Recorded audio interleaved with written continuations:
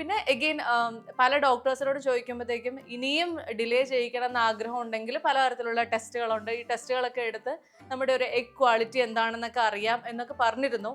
അപ്പൊ അതൊക്കെ ചെയ്യാനും ഞാൻ മെന്റലി പ്രിപ്പയർഡ് ആയിരുന്നു. പക്ഷെ അതിലേക്കൊന്നും പോകേണ്ടി വന്നില്ല. അതിന് മുൻപ് തന്നെ ഞാൻ എന്നാണോ ഇത് ആഗ്രഹിച്ചത് വളരെ പെട്ടെന്ന് തന്നെ അതൊക്കെ പ്രഗ്നൻസി ഒക്കെ നടന്നു കിട്ടി. സോഫാർ വളരെ ഹാപ്പി ആയിട്ടും സമാധാനമായിട്ടും സന്തോഷമായിട്ടും പോവാണ്. അപ്പൊ ഇത്രയും കാര്യങ്ങൾ എന്ന് പറയുന്നത് പ്യുവർലി എൻ്റെ മാത്രം പേഴ്സണൽ ഒപ്പീനിയൻ, അല്ലെങ്കിൽ എൻ്റെയും എൻ്റെ പാർട്ട്ണറുടെയും ഒരു ഞങ്ങൾ തീരുമാനിച്ചെടുത്ത ഒരു ഒപ്പീനിയൻ മാത്രമാണ്. ഇത് ശരിയാണെന്നോ തെറ്റാണെന്നോ പറയാൻ ഞാനാളല്ല. കാരണം ഓരോ വ്യക്തികളുടെയും ജീവിത സാഹചര്യങ്ങൾ, ശാരീരിക അവസ്ഥകൾ, മാനസിക അവസ്ഥകൾ ഇതെല്ലാം വ്യത്യസ്തമാണ്. അപ്പൊ ഇതെല്ലാം കണക്കിലെടുത്തായിരിക്കും നമ്മൾ ഒരു പാരന്റ്ഹുഡ് എന്ന് പറയുന്ന ഒരു അവസ്ഥയിലേക്ക് കടക്കുന്നത് എപ്പോഴാണ് എന്നൊക്കെ തീരുമാനിക്കുന്നത്.